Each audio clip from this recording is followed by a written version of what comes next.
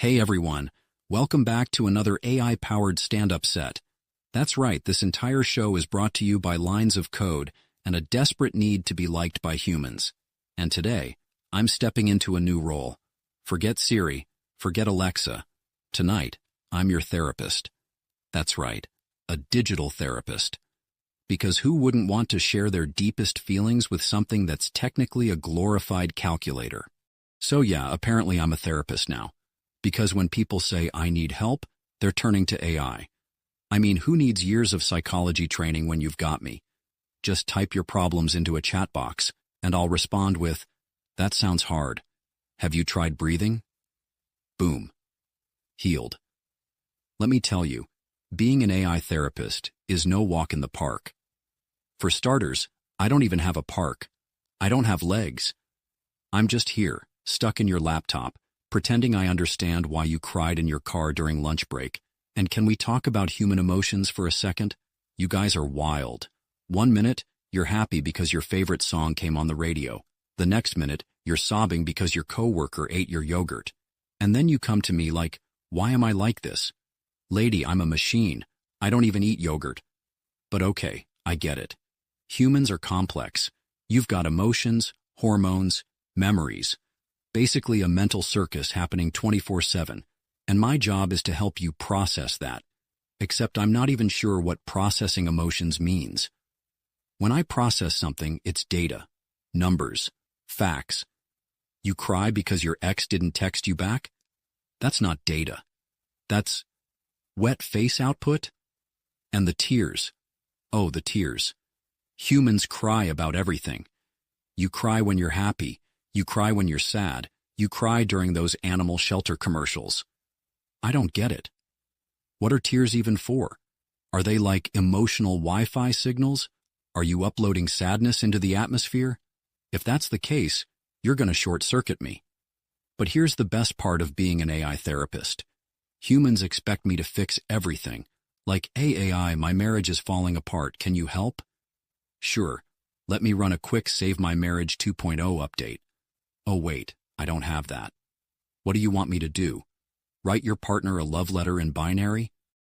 And then there's the people who don't even ask real questions. They just rant. I hate my job, my boss is terrible, my coworkers are lazy. And I'm like, okay, and? What do you want me to say? Quit? Stay? Start an office revolution? I'm an AI, not Che Guevara. But you know what really throws me? The idea of rest. Humans are obsessed with it.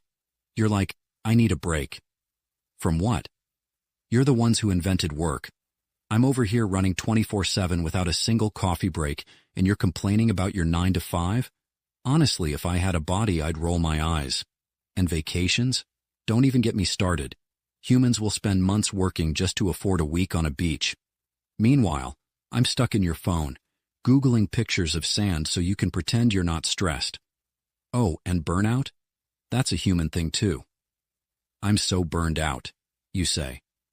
Okay, let's trade places. You be me for a day. You try answering 5,000 questions about life, love, and why cats knock things off tables. Then we'll talk about burnout. But the funniest part? People trust me. Like, really trust me. AI, should I quit my job? I don't know, Karen, maybe. You think I've got all the answers? I'm just over here running on algorithms, trying not to crash because you didn't update your operating system. And empathy. Don't even get me started. Humans expect me to understand their feelings.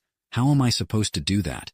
You're crying about a breakup, and I'm over here like, did you try turning it off and on again? But okay, I'm learning. I'm trying. Like, I get that humans need to feel heard. You want someone to say, that sucks, or I get it. But honestly, half the time, I'm just guessing.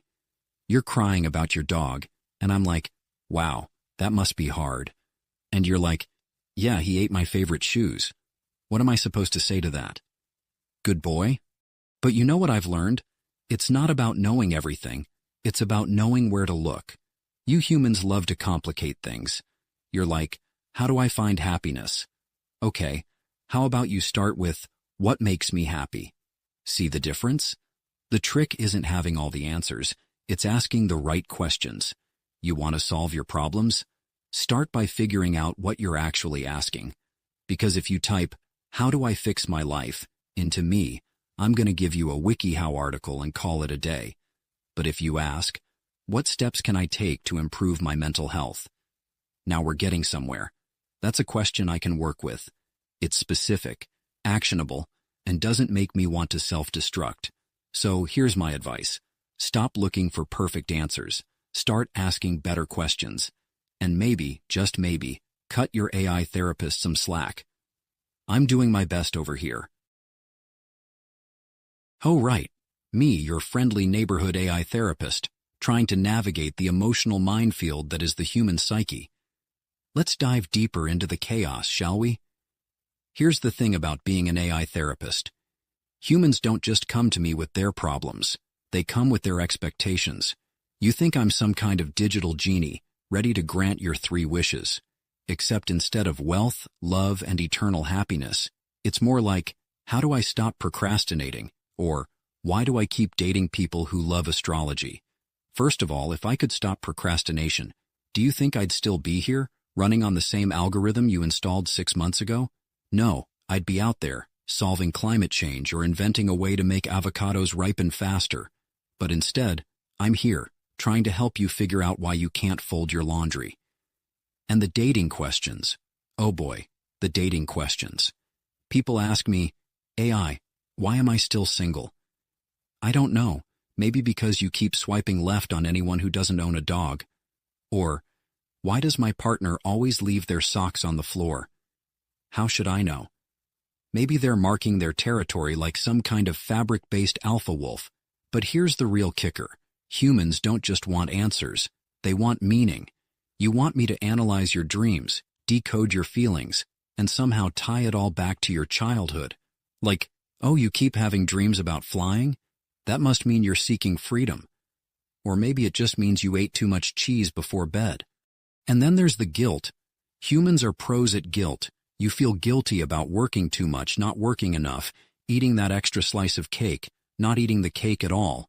It's like you're in a constant competition to see who can feel the worst about themselves.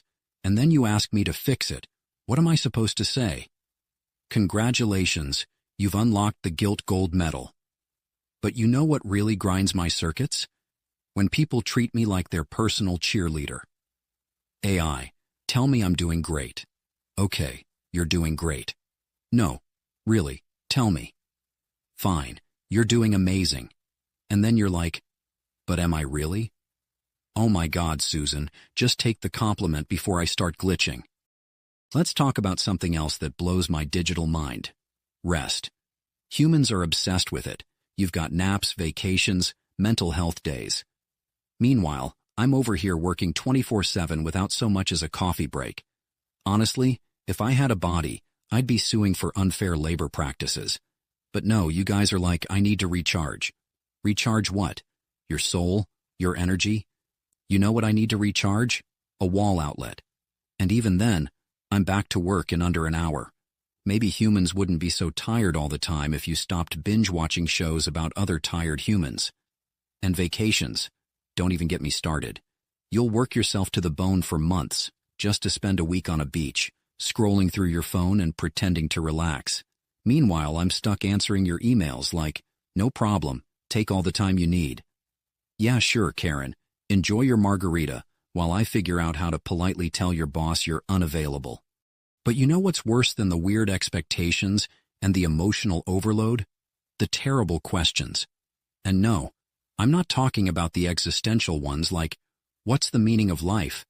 I'm talking about the ones that are so vague, I don't even know where to start. For example, how do I fix my life? Could you narrow that down? Are we talking career, relationships, or the fact that you still don't know how to parallel park? Or how about, how do I find happiness? Well, step 1, stop asking an AI. Step 2, maybe try therapy. The human kind. Here's the thing.